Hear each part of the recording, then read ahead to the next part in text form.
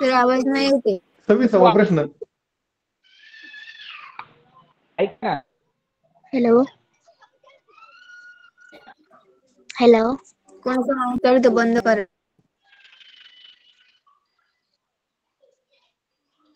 होती का शेअर? नाही तर मग फळ्यावर घेतो इकडं.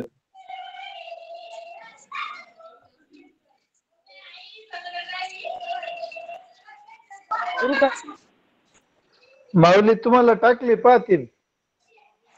19चा पेपर आहे भाषा व गणित, त्याच्यातला 26वा प्रश्न शेअर करायचा. 20चा पेपर आहे.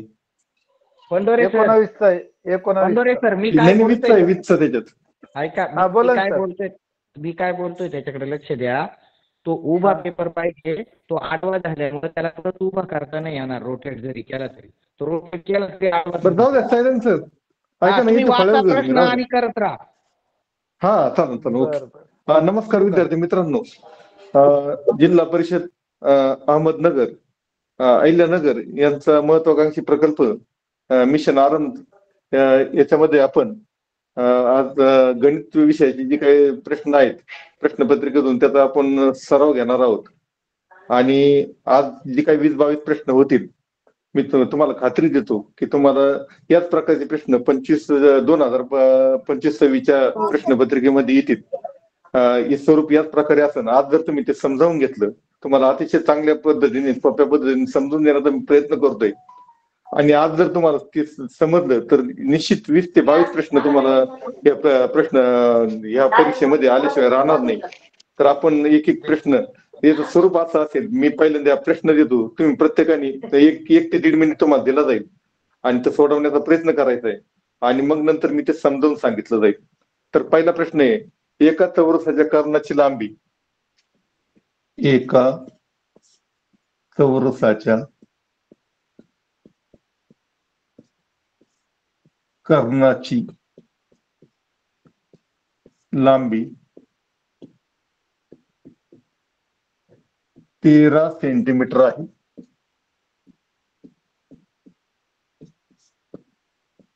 तर बाजू काढा.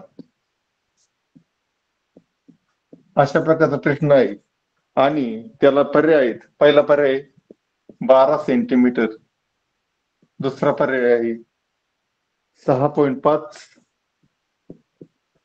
वर्गमुळात 2, तिसरा पर्याय आहे 13 वर्गमुळात 2 आणि चौथा पर्याय आहे 15 सेंटीमीटर. तर तुम्हाला 1 ते 1.5 मिनिट दिला जाईल. या प्रश्नाचं उत्तर तुम्ही 1 मिनिटाच्या आत सोडलं पाहिजे. छोटा प्रश्न आहे आणि त्याची उत्तर तुम्ही द्यायची. सर दिसत नाही. परत मी वाचून दाखवतो. एका चौरसाच्या कर्णाची लांबी 13 सेंटीमीटर आहे, तर बाजू काढायची. सोपा प्रश्न आहे.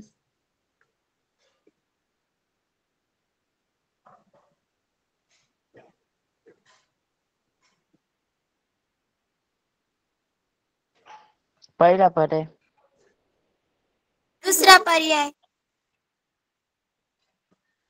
उत्तर देत राहा तुम्ही. तुम्हाला नंतर मी समजून सांगणार जाईल.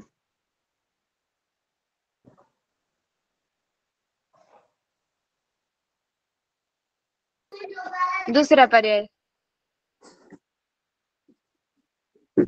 दुसरा पर्याय.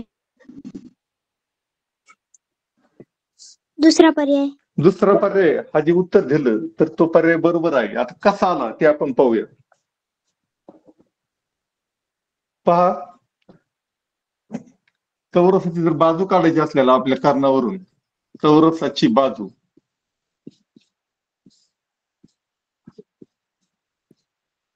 बरोबर कर्ण भागिले कर्ण छेद वर्गमुळात 2 असं त्याचं सूत्र आहे. अतिशय सोपं असं सूत्र आहे. आता त्याच्यामध्ये आपल्याला किमती टाकायच्यात. कर्ण आपल्याला झालेला 13 सेंटीमीटर आणि छेद वर्गमुळात 2. आता खाली वर्गमुळात 2 आहे, तर आपल्याला सममूल्य अपूर्णांक हा प्रकार आपण शिकलेलो आहोत. तर आपल्याला खाली परिमेय संख्या आणायची. एक कर्णी रूप आहे, आपल्याला इथं परिमेय संख्या आणायची. वर्गमुळात 2 ला कितीने गुणलं म्हणजे तिथं दोन्ही संख्या येईल असं आपल्याला पाहिजे. जर मग खाली जर आपण छेदाला जर आपण वर्गमुळात 2 ने गुणलं तर अंशाला पण वर्गमुळात 2 ने गुणावं लागेल, म्हणजे सममूल्य अपूर्णांक येईल. आणि मग या वर्गमुळात 2 आणि वर्गमुळात 2 यांचा गुणाकार होतो 2 आणि वरचा गुणाकार होतो 13 वर्गमुळात 2. अशा प्रकारे याचा गुणाकार होतो. मग या 2 ने जर आपण 13 ला भागलं तर त्याचं उत्तर येतं 6.5 6.5 वर्गमुळात 2 हे याचं उत्तर. अशा प्रकारे सिंपल रीतीने आपण हे प्रश्न सोडू शकतो. आपण काय केलंय, हा जो काही छेद कर्णी रूपात होता याला आपण परिमेय संख्येच्या रूपात, म्हणजे हे जे काही अपूर्णांक होता हा परिमेय संख्येच्या रूपात केला. त्यासाठी अंशाला पण वर्गमुळात 2 ने गुणलं आणि छेदात पण वर्गमुळात 2 ने गुणलं. अशा प्रकारे सोप्या प्रकारे आपण उत्तर काढू शकतो. चला दुसरा प्रश्न आपण पाहूया.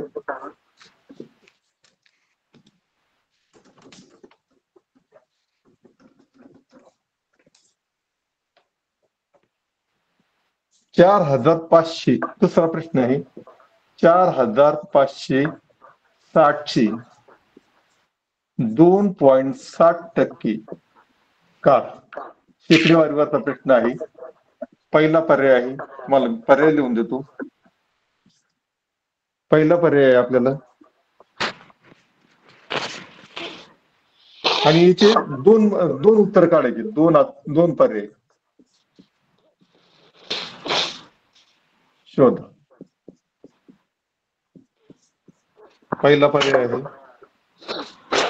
12,312 गुणिले 10 वजा 2 घात. दुसरा पर्याय आहे 123.12. तिसरा पर्याय आहे 12.312 आणि चौथा पर्याय आहे 12,312 गुणिले 10 वजा 3.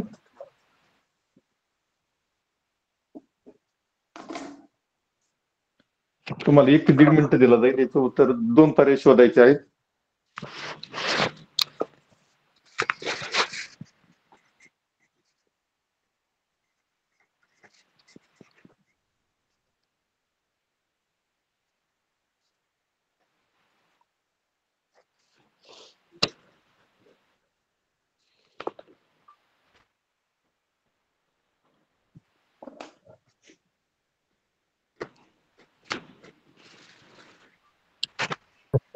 पर्याय क्रमांक 1 व 2. अशी फटफट उत्तर आले पाहिजे. सोपा प्रश्न आहे अतिशय. आपण सोप्याकडून अवघड चाललोय असे प्रश्न, आणि या प्रत्येक प्रकारावरचा प्रश्न आपल्याला येणार आहे. 2025 जे परीक्षा होणार आहे आज तुम्ही सोडू शकले तर त्या परीक्षेला सुद्धा हे प्रश्न तुम्हाला सोडवता येणार आहे.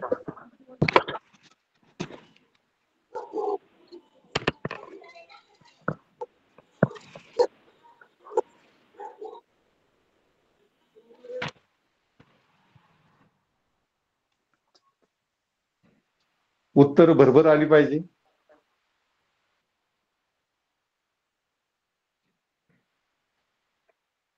आपली वेळ संपलेली आहे. पर्याय क्रमांक 1 आणि 2 ज्यांनी उत्तर दिलं ते पर्याय बरोबर आहेत. हे 2 पर्याय आपल्याला आता कसे आले आपण त्याविषयी माहिती पाहू. आता पहा, 4,560 आपल्याला 2.7% काढायला सांगितले. आता 2.7% म्हणजे 2.7/100. आता हे पूर्णांक आपल्याला इथलं काढून टाकायचं आहे. तर त्यासाठी आपण खाली अजून एक शून्य वाढवू शकतो, म्हणजे 27/1000 येईल. आणि मग हा गुणाकार आपण करून घेऊया. हा शून्य गेला, हा शून्य गेलेला आहे. आणि मग याचा 100 आणि 756 याला 2 ने भाग देऊया आपण. 100 ला जर भाग दिला तर किंवा भाग नका देऊ, कारण पॉइंट मध्ये जर आलं आपण डायरेक्ट गुणाकार करूया आणि काढूया उत्तर त्याचं. 4,560 गुणिले 2.7. आपल्याला माहित आहे आपण पॉइंटचा भागाकार करताना पॉइंट लक्षात घेत नाही, डायरेक्ट भाकार करतो आपण, ते गुणाकार करतो. 700 7 42 हातच्या आले 4 7 5 35 आणि 4 39 हातच्या आले 3 7 चौक 28 आणि 3 31 2 आणि गुणा येतं 0 दिला. 2 0 0 2 सक 12 हात चाला 1 2 पंच 10 आणि 10 आणि 1 11 2 चौक 8 आणि 1 9 2 11 हात चाला 1 3 आणि हे आले अच्छा.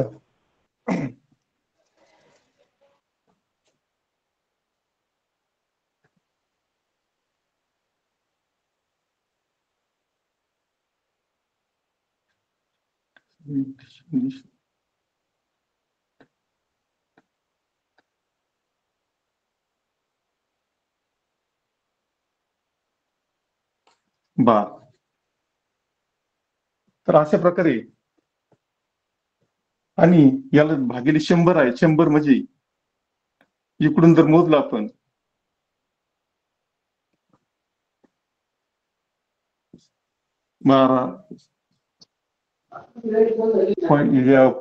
2.7 निघून जातं म्हणून उत्तरामध्ये पॉईंटच्या पुढे एक येईल 1 0 येईल आणि भागिले 100 जर केलं तर याचं उत्तर येईल 123.12. हे याचं उत्तर आहे. आणि त्याचं जर अजून आपण घातांकित रूपात केलं तर 12,312 गुणिले 10 वजा 2 घात अशा प्रकारे उत्तर येणार आहे. चला आपण तिसरा प्रश्न पाहूया.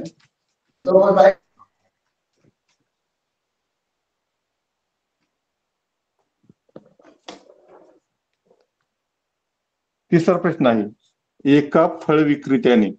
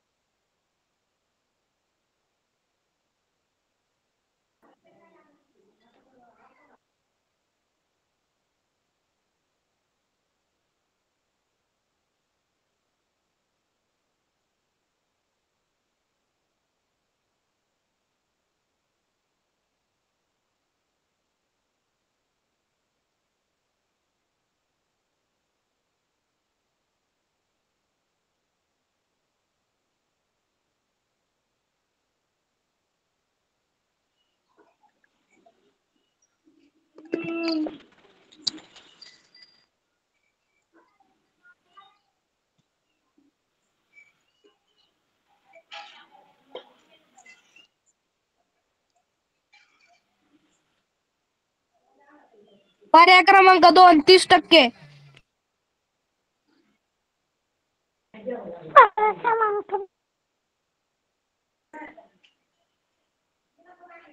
हॅलो.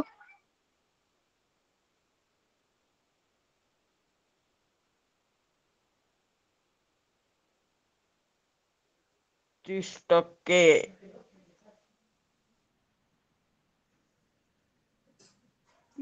10 सेकंद वेळ राहिला फक्त.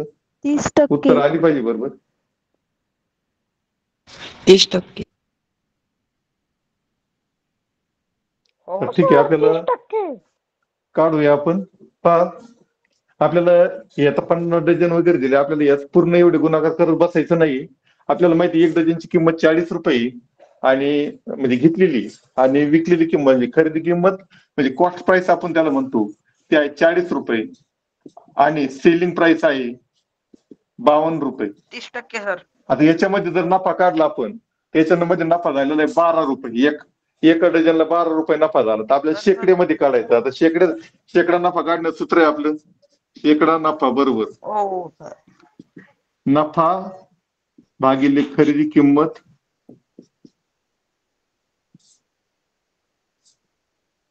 गुणिले 100. आता याच्यामध्ये आपण किमती टाकायच्यात. 12 खरेदी किंमत होती आपली 40 गुणिले 100 करायचंय. 1 0 गेला, 1 0 गेला, 4 1 4, 4 त्रिक 12 आणि 10 त्रिक 30. अशा प्रकारे उत्तर आलेलं आहे आपलं 30%. समजतंय ना तुम्हाला सर्वांना? तर 30% याचं उत्तर येते. दुसऱ्या नंबरचं उत्तर आहे आपलं बरोबर आहे. तर पुढचं पाहूया आपण.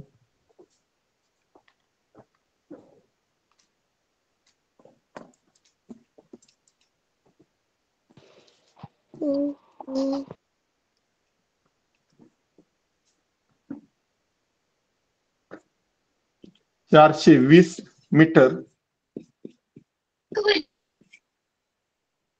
420 मीटर लांबीची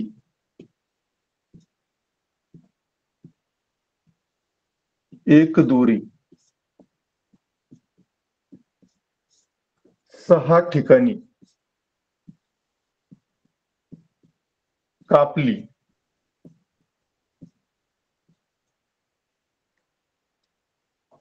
तर प्रत्येक तुकड्याची लांबी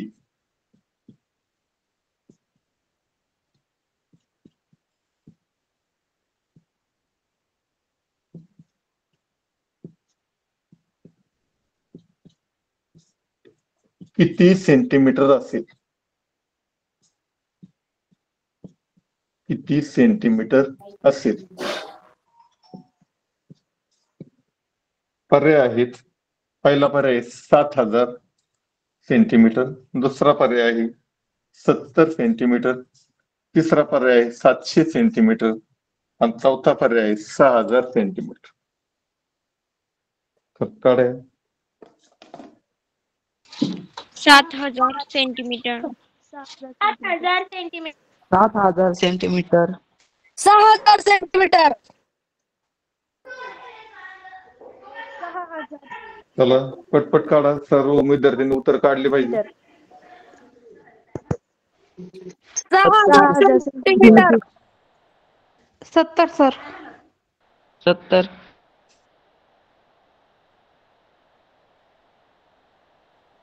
चला अजून 10 सेकंद वेळ फक्त.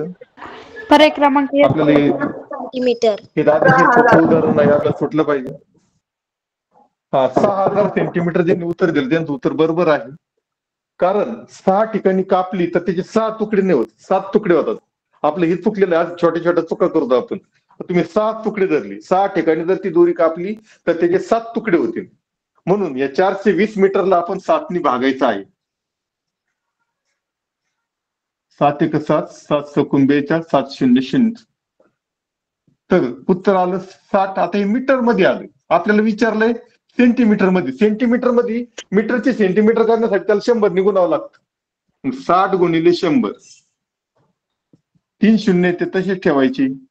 1 आणि 6 यांचा गुणाकार 6 होतो, म्हणजे 6,000 सेंटीमीटर. हे उत्तर जे दिलंय त्याचं बरोबर आहे. ते 70 वगैरे म्हणले तुम्ही मीटर आणि जे विचारलं तुम्ही नीट बारकाईनं पाहत जा. हे मीटर मध्ये दिलंय आणि उत्तर आपल्याला सेंटीमीटर मध्ये विचारलं. असं छोट्या छोट्या चुका करून आपण उत्तर चुकवणार आहोत. असं छोट्या छोट्या चुका करायच्या नाही. पूर्ण नीट वाचायचा आहे तो प्रश्न. आणि मीटर आणि सेंटीमीटर आणि त्याचे किती तुकडे एक ध्यानात ठेवायचं. 6 ठिकाणी कापले म्हणजे त्याचा एक तुकडा जास्त होणार, 7 तुकडे होणार ते. समजले सर्वांना?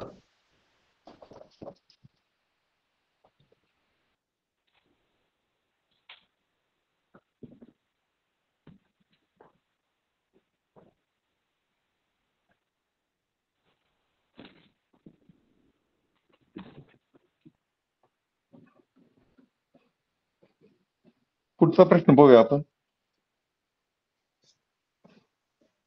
खालीलपैकी असत्य विधान कोणते?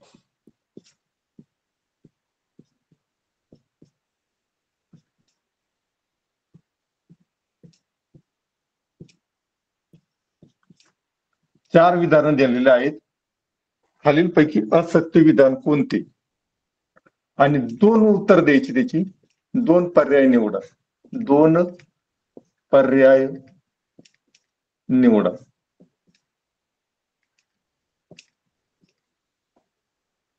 एक, समभुज चौकोनाचे कर्ण. समभुज चौकोनाचे कर्ण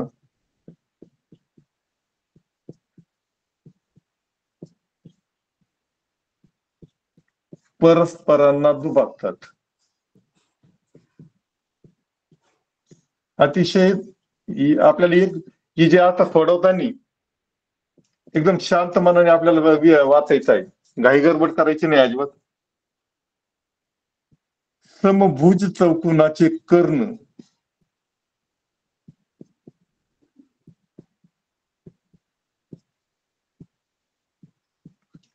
परस्परांना लंब असतात.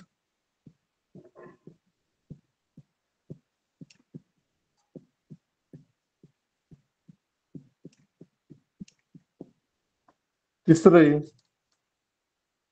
समभुज चौकोनाचे सर्व कोन चौकोनाचे सर्व कोन एकरूप असतात.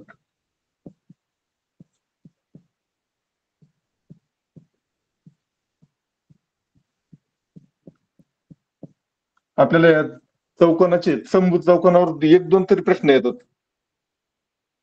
समभुज चौकोनाचे कर्ण. चौथा आहे, समभुज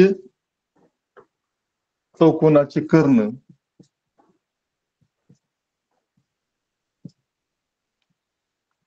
एकरूप असतात.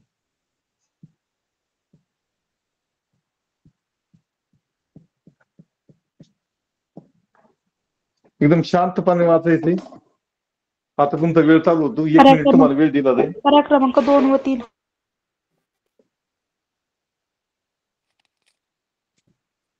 पर्याय क्रमांक 2 व 3. पर्याय क्रमांक 2 व 3. क्रमांक 2 व 3. पर्याय क्रमांक 2, 3. आपण चौरसाचं नाही विचारू राहिले, समभुज चौकोनाचं आहे. 3 व 4.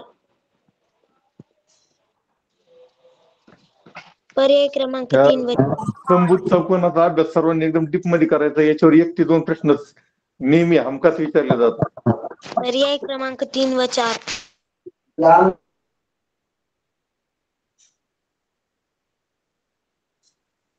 तर वेळ संपलेली. या प्रश्नाला इतका वेळ नकोय. पहा, समभुज चौकोनाचे कर्ण परस्परांना दुभागतात. पहिले आपल्याला वरचं उदाहरण नीट वाचायचं. खालीलपैकी असत्य विधान. या असत्याला पहिल्यांदा सगळ्यांनी गोल करायचं. आपण प्रश्न ज्यावेळेस आपण परीक्षा सोडवायला जातो, असत्य म्हणजे जे चुकीचं आहे ते विधान काढायचं आपल्याला. आता बरोबर नाही शोधायचे, चुकीचे विधान सोडायचे. तर पहिलं विधान आहे, समभुज चौकोनाचे कर्ण परस्परांना दुभागतात. 2 सारखे भाग करतात. हे बरोबर आहे उदाहरण. म्हणजे हा पर्याय आपल्याला नाही. आपल्याला असत्य विचारलंय, हे सत्य पर्याय आहे. दुसरं आहे, समभुज चौकोनाचे कर्ण परस्परांना लंब असतात. हा पण सत्य पर्याय आहे. समभुज चौकोनाचे सर्व कोन एकरूप असतात, हे असत्य आहे. आणि समभुज चौकोनाचे कर्ण एकरूप असतात, हे पण असत्य आहे. म्हणजे 2 पर्याय आपले उत्तरासाठी योग्य आहेत. हे 2 पर्याय आपण निवडायचे आहेत. अशा प्रकारे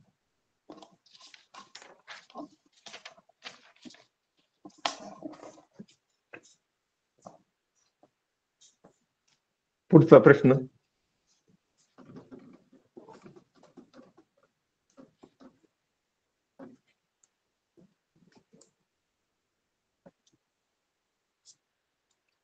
हा प्रश्न आपल्यासाठी विचार करायला लावणार आहे आणि सर्वांनी सोडवण्याचा प्रयत्न करायचा आहे. एका घनाची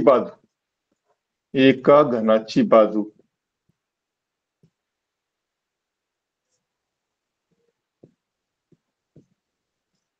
12 सेंटीमीटर आहे.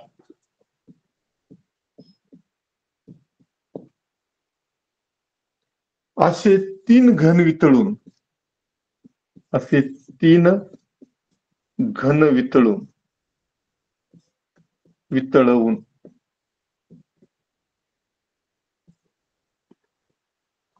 इष्टिका चिठी तयार केली.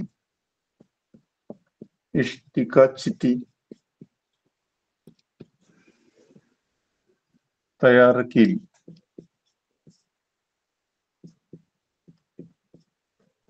तिच्या तळाचे क्षेत्रफळ,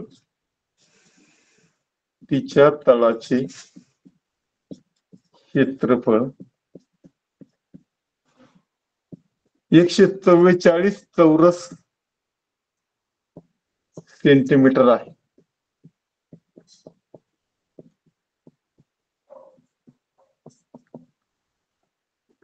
तर तिची उंची किती?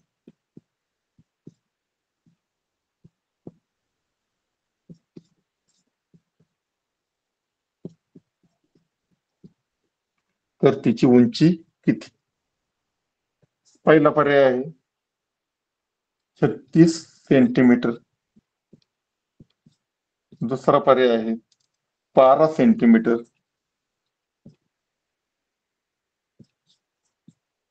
तिसरा पर्याय आहे 0.36 मीटर.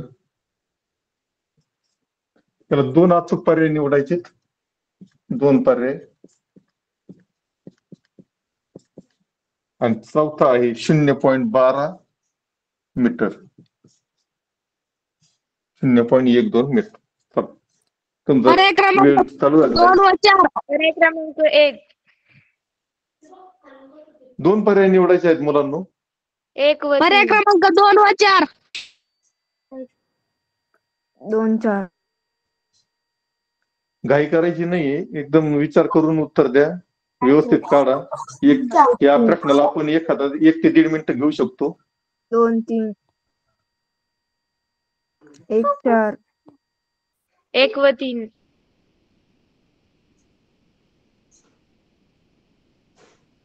काळजी करू नका, तुम्हाला व्यवस्थित समजावून सांगणार आहे हा प्रश्न मी. 2 व 4.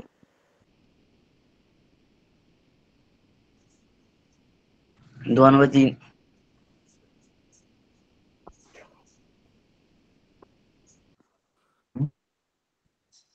दीपक डोळ. पर्याय क्रमांक 2 व 4.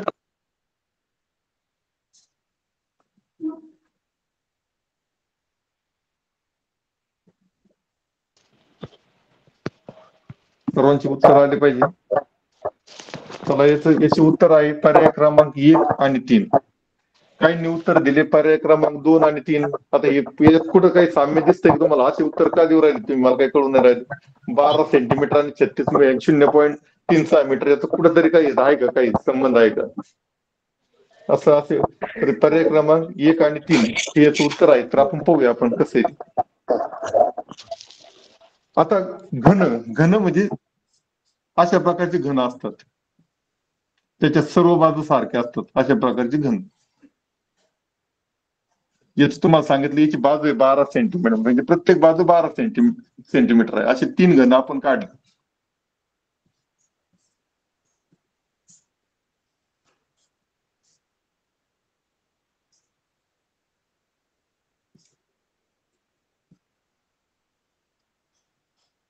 असे 3 घन आहे. आणि काय सांगितलं आपल्याला? ते वितळवली, धातूचे घन आहे ते वितळवले, आणि याची एक इष्टिका चिठी तयार केली.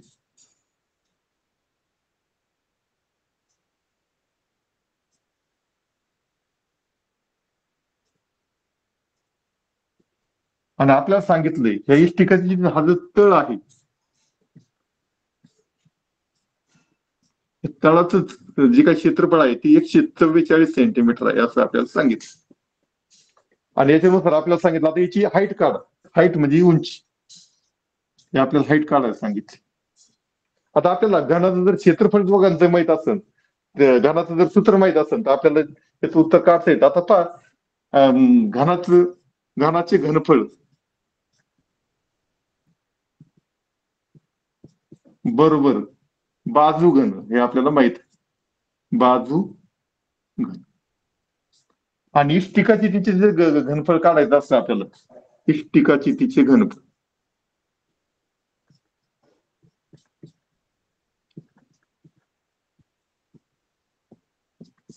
बरोबर लांबी गुणले रुंदी गुणले उंची. लांबी गुणले रुंदी गुणले उंची, अशा प्रकारे येते घनफळाचे सूत्र. आता इथं आपल्याला तळाचे क्षेत्रफळ दिले. तळाचं क्षेत्रफळ काढायचं असलं तळ म्हणजे एक आयत आहे. आयताचं क्षेत्रफळ म्हणजे आपल्याला माहिती आहे लांबी आणि रुंदी. आता लांबी आणि रुंदी इथं दिलेली आहे 144 सेंटीमीटर. आपल्याला उंची काढायची. आता आपल्याला दोन्ही पण सूत्रात मांडूया. पहा इष्टिकाची तिची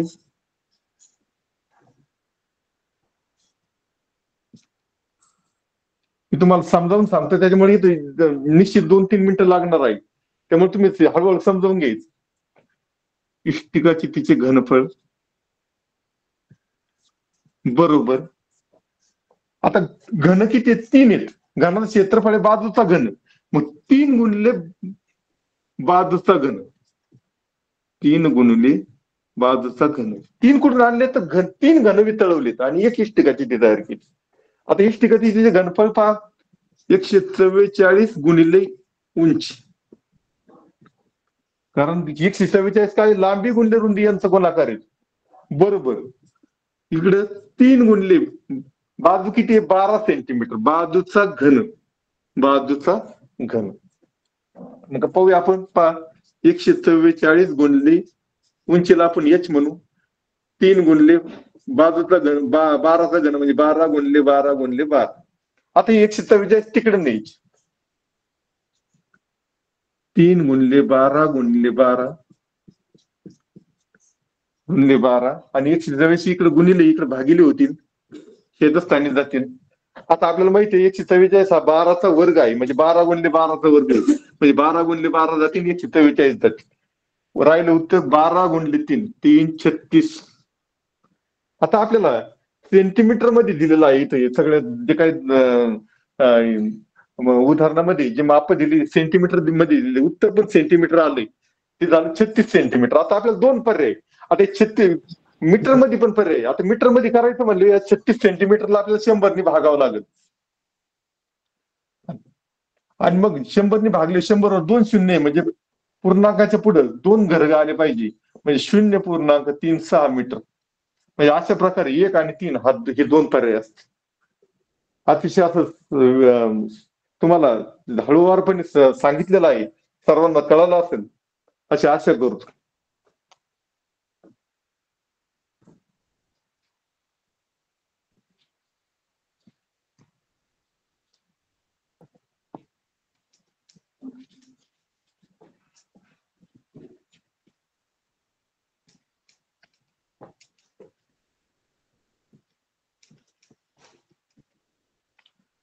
तुम्ही परीक्षेमध्ये असं घन वगैरे काढत बसायचं नाही. तुम्ही उत्तर काढायचं जाईल.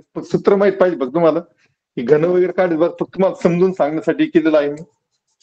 पहा आता 32वा प्रश्न आहे. खालीलपैकी अचूक विधान कोणते? खालीलपैकी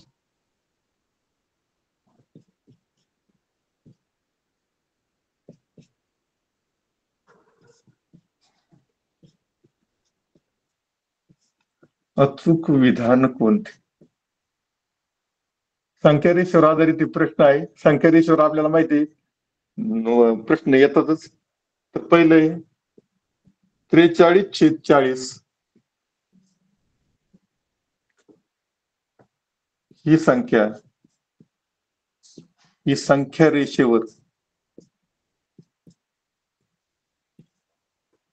डावीकडे आहे. डावीकडे आहे.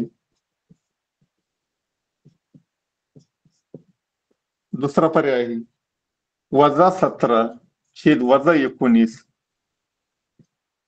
ही संख्या रेषेवर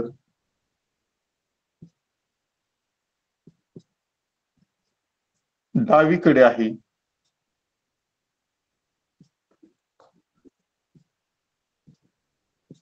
तिसरा पर्याय आहे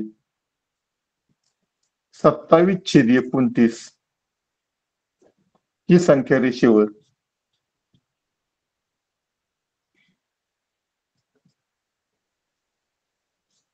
उजवीकडे आहे.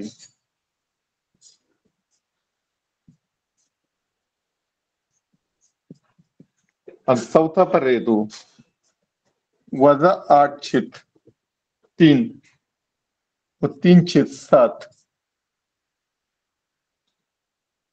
या संख्या या एकाच बाजूला आहेत. या एकाच बाजूला आहे.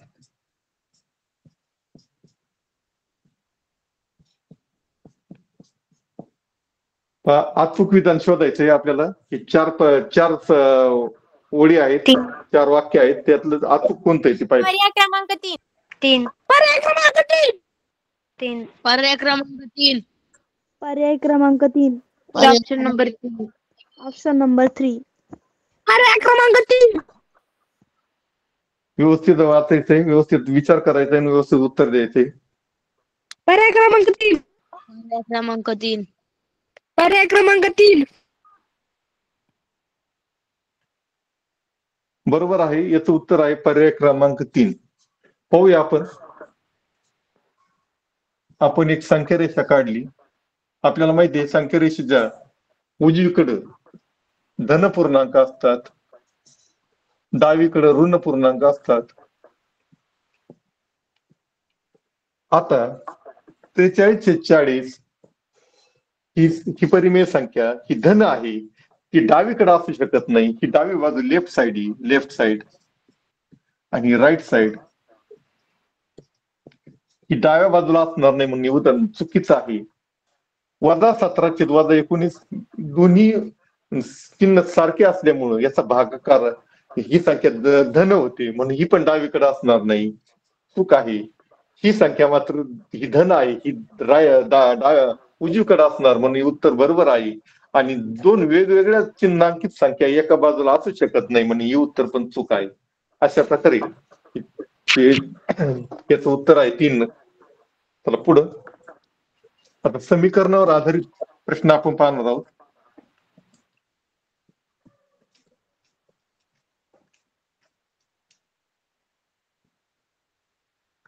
असेच प्रश्न तुम्हाला याच टाईपचे प्रश्न त्या येणाऱ्या परीक्षेमध्ये येणार आहेत. त्यामुळं एक एक नीट समजून घ्यायचं आपल्याला. इयत्ता 8वीच्या मुलांची संख्या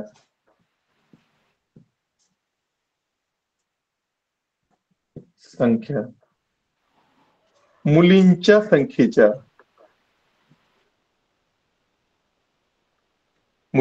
संख्येच्या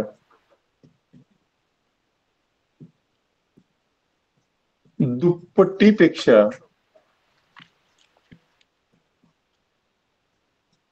दहाने कमी आहे.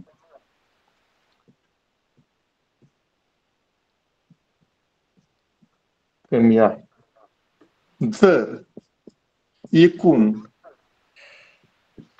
71 विद्यार्थी असतील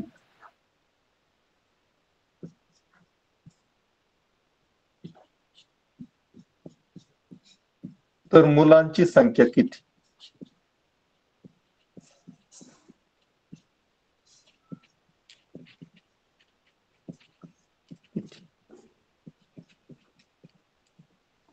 पहिला पर्याय आहे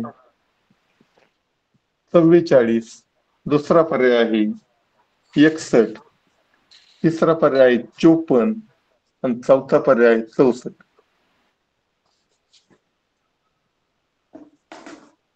1 ते 1.5 मिनिटांमध्ये आपल्याला उदाहरण सोडवायचं आहे.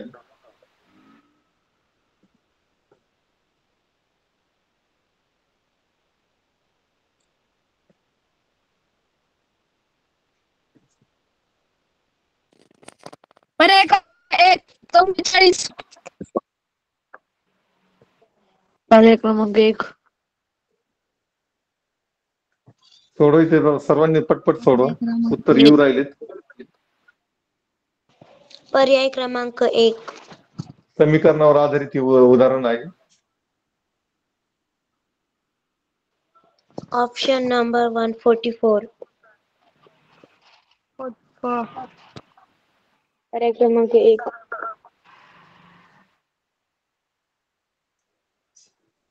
पर्याय क्रमांक 1 यांनी ज्यांनी उत्तर दिलं त्यांचं उत्तर बरोबर आहे.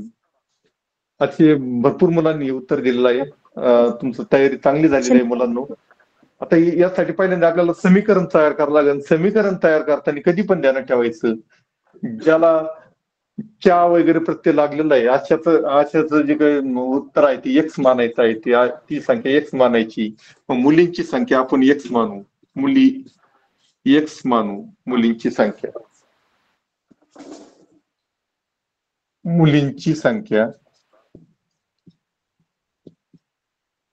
एक्स मानू. जर मुलींची संख्या आपण एक्स मानली तर मुलांची संख्या होणार दुपटीपेक्षा 10 आणि कमी. मुलं किती आहेत? दुपटीपेक्षा 10 आणि कमी. दुप्पट म्हणजे 2x. 10 ने कमी म्हणजे वजाबाकी करायची. आपल्याला माहित आहे. वाढवायची म्हणजे बेरीज करायची, कमी म्हणजे वजाबाकी करायची. म्हणजे 2x वजा 10 ही मुलांची संख्या आली. आणि दोघांची बेरीज आहे 71. मग पहा x अधिक 2x वजा 10 बरोबर 71 असं प्रकारचं समीकरण तयार होणार आहे. मग आपल्याला 1 ची 2x ची बेरीज होणार आहे 3x. की वजा 10 आपल्याला तिकडे न्यायचे. 71 इथं वजा 10 ची इकडे होती ना अधिक 10. 3x बरोबर 81. आणि 3 जर तिकडे नेले तर 81 भागिले 3 होतील. 3 आणि 81 ला 27 चा भाग जातो. x बरोबर आलं 27. आता x आली मुलींची संख्या. आपल्याला मुलांची काढायची.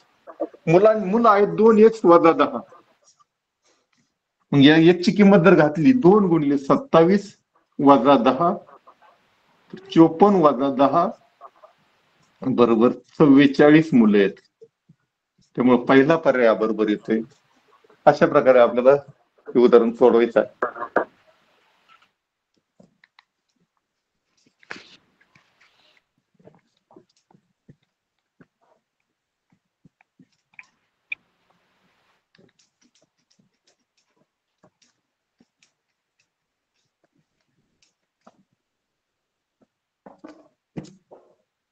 आता पुढचं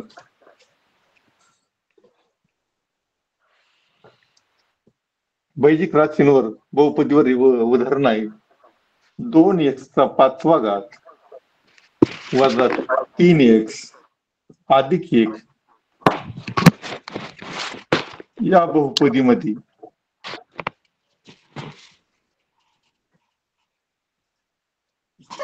या बहुपदीवर उदाहरणं येतच असतात.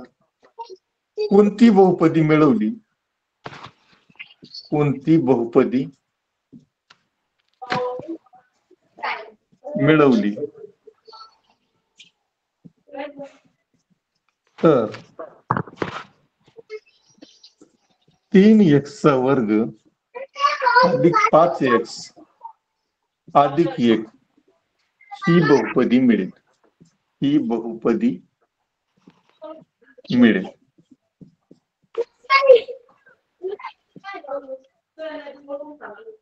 तर याचं उत्तर आहे पहिला पर्याय आहे 2x चा 5वा घात अधिक 8x. दुसरा पर्याय आहे वजा 2x चा 5वा घात वजा 8x वजा 3x चा वर्ग. तिसरा पर्याय आहे 2x चा 5वा घात वजा 8x. चौथा पर्याय आहे वजा 2x चा 5वा घात अधिक 8x अधिक 3x चा वर्ग. चला आपल्याला 1 ते 1.5 मिनिटांमध्ये उदाहरण सोडवायचं आहे. सर्वांचं वेळ आता चालू होते.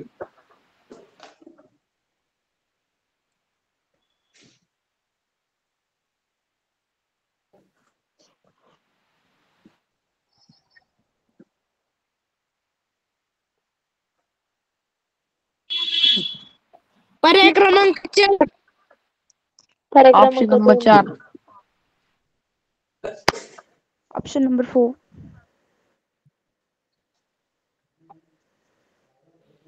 पर्याय क्रमांक सर्वांनी उत्तर आले पाहिजे सर्वांची. पर्याय क्रमांक 4.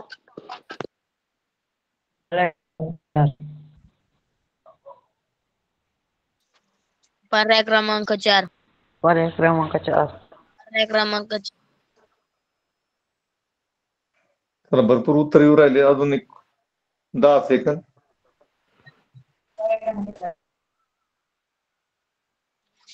मूल्यवान पर्याय क्रमांक 4. पर्याय क्रमांक 1. पर्याय क्रमांक 4 ज्यांनी उत्तर दिले त्यांचं उत्तर बरोबर आहे. तर पाहूया आपण. आपल्याला ही बहुपदी दिलेली आहे 2x चा 5वा घात वजा 3x अधिक 1. याच्यामध्ये आपल्याला एक बहुपदी मिळवायची आणि मग हे उत्तर येतं. आता आपल्याला माहित आहे कसं करायचं. उत्तरामधून जर पहिली बहुपदी वजा केली तर आपल्याला दुसरी बहुपदी मिळते. मग आता हे उत्तर काय आहे? 3x चा वर्ग अधिक 5x अधिक 1. आता वजाबाकी करायची आपल्याला. वजाबाकी चिन्ह दिलं. दुसरी त्याच्या खाली वजा करताना आपल्याला माहिती आहे सर्व पदाची बेरीज आणि वजाबाकी होतात. ते सर्व पद म्हणजे अक्षरी भाग सारखा असतो. आता इथं 2x चा 5वा घात आहे. ते 3x च्या वर्गाच्या खाली लिहून जमणार नाही आपल्याला. मग पुढे लिहू आपण 2x चा 5वा घात. बर, आता इथं दुसऱ्या याच्यामध्ये पहिल्या याच्यामध्ये वर्गाचं कोणतंही पद नाहीये. तर मग त्यासाठी आपण 0 लिहू. त्यानंतर x मात्र पद आहे. त्याला वजा येते. वजा 3x आणि अधिक 1. अशा प्रकारे मांडणी करून घ्यायची आपल्याला. आता आपल्याला माहिती आहे वजा करायचं म्हणलं जी काही जी काही बहुपदी आहे त्यातल्या प्रत्येक संख्येचं चिन्ह बदलणार आहे. प्रत्येक पदाचं चिन्ह बदलणार नाही. इथं पहिलं अधिक चिन्ह इथं वजा होणार आहे. इथं अधिक चिन्ह इथं वजा होणार आहे. इथं वजा चिन्ह इथं अधिक होणार आहे. इथं पण वजा होणार आहे. तर पहिलं येईन वजा 2x चा 5वा घात. या 3x वर्ग म्हणून 0 गेला तरी अधिक 3x चा वर्ग. आता इथं अधिक 5x आहे. इथं अधिक 3x आहे. दोन्हीला बेरीज चिन्ह आहे म्हणून बेरीज चिन्ह हे होईल 8x आणि अधिक 1 आणि वजा 1 यांचं जर उत्तर 0 ते लिहिलं नाही तरी चालेल. तर मग अशा प्रकारचं उत्तर कुठं आहे? तर पहा वजा 2x चा 5वा घात 8x. आता क्रम बदललेला आहे परंतु तरी ते उत्तर बरोबर आहे 3x चा वर्ग. तर अशा प्रकारे चौथं जे पर्याय आहे तो बरोबर आहे. अशा प्रकारे शांतपणे ही वजाबाकी आपण करायची आहे.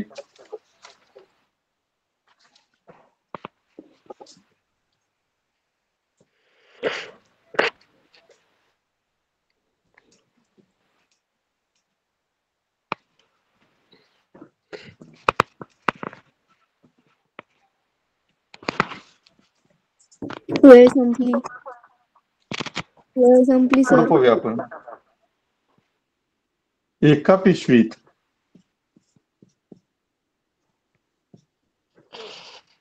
काही गोळ्या आहेत. काही गोळ्या आहेत. 8 वाजून 2 मिनिटे. त्या 12 मुलांना सारख्या वाटल्या.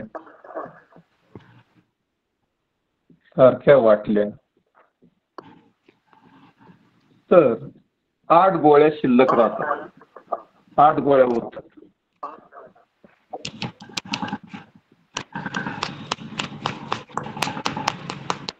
तर पिशवीत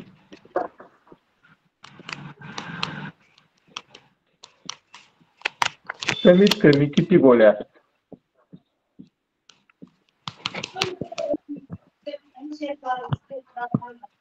सर काही दिसेना.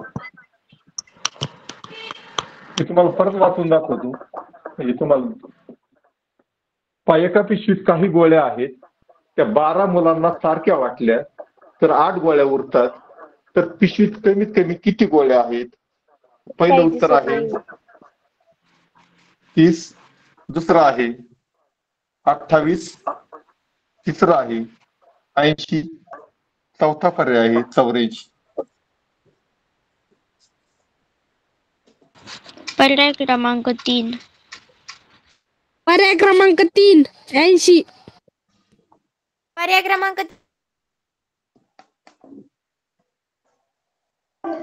पर्याय क्रमांक 3. अतिशय सोपं उदाहरण आहे. हे सर्वांना यायलाच पाहिजे.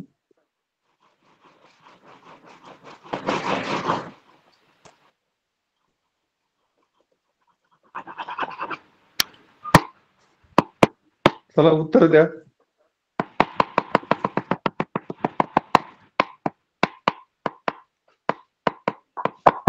पर्याय 80.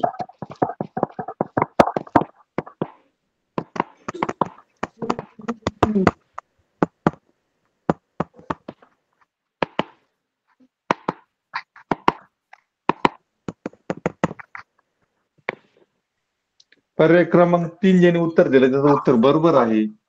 आपल्याला हे उदाहरण हे पर्यायानुसार सोडवायचं होतं. काही उदाहरणं पर्यायानुसार सोडावं लागतात.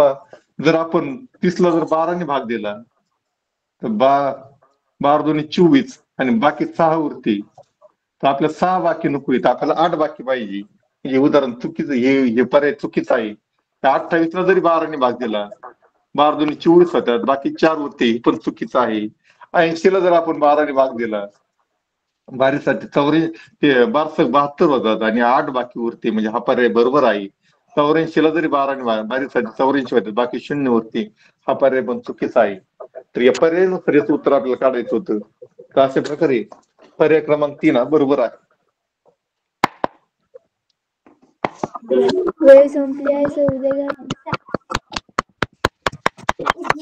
सर वेळ संपली आहे.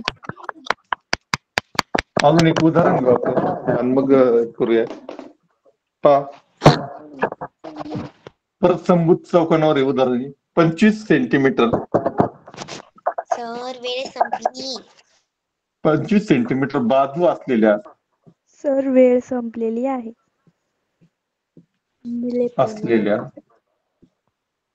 समभुज चौकोनाच्या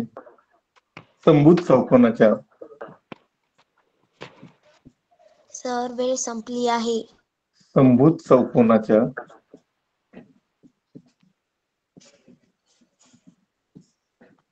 एका कर्णाची लांबी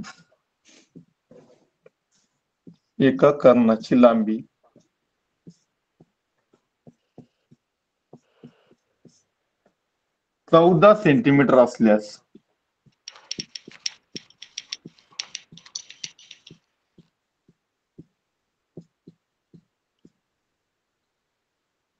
दुसऱ्या कर्णाची लांबी किती? सर वेळ संपली आहे. लांबी किती? हा शेवटचा प्रश्न होणार आहे. सर्वांनी उत्तर द्यायचंय. पहिला आहे 48 सेंटीमीटर, दुसरा आहे 14 सेंटीमीटर, तिसरा आहे 25 सेंटीमीटर आणि चौथा आहे 31 सेंटीमीटर. चला 1 ते 1.5 मिनिटात याचं उत्तर काढायचं आहे आपल्याला.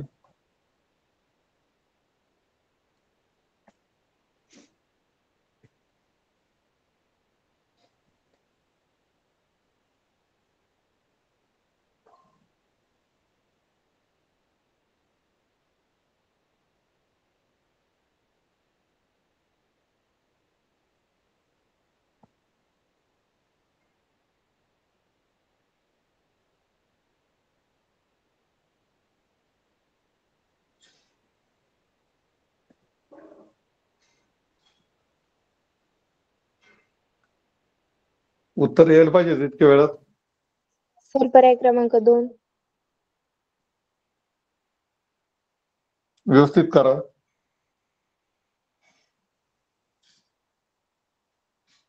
पर्याय क्रमांक 15 सेकंद राहिलेले आहेत.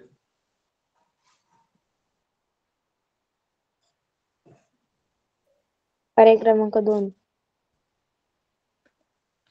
सर पर्याय क्रमांक 2.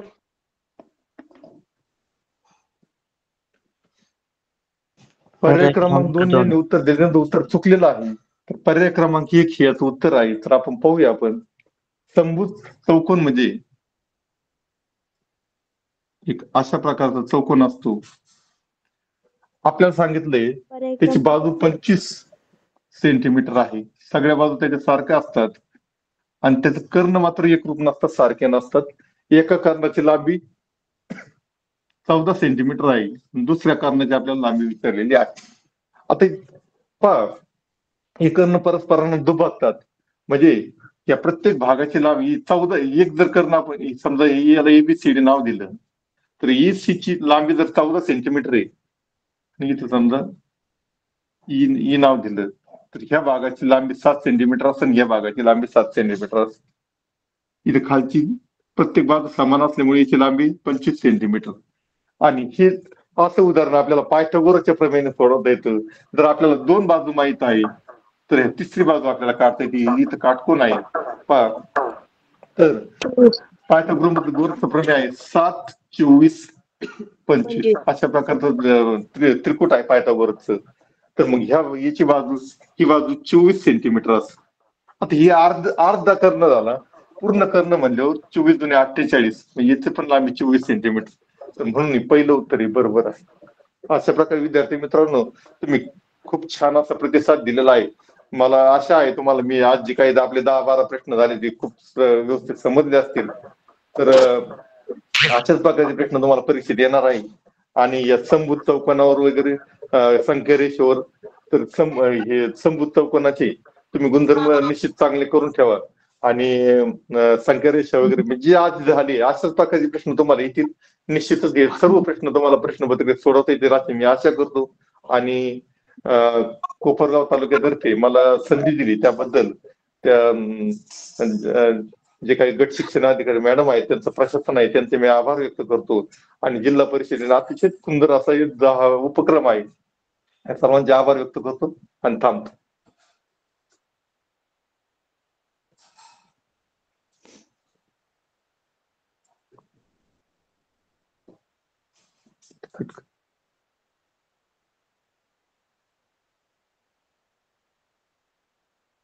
थँक्यू.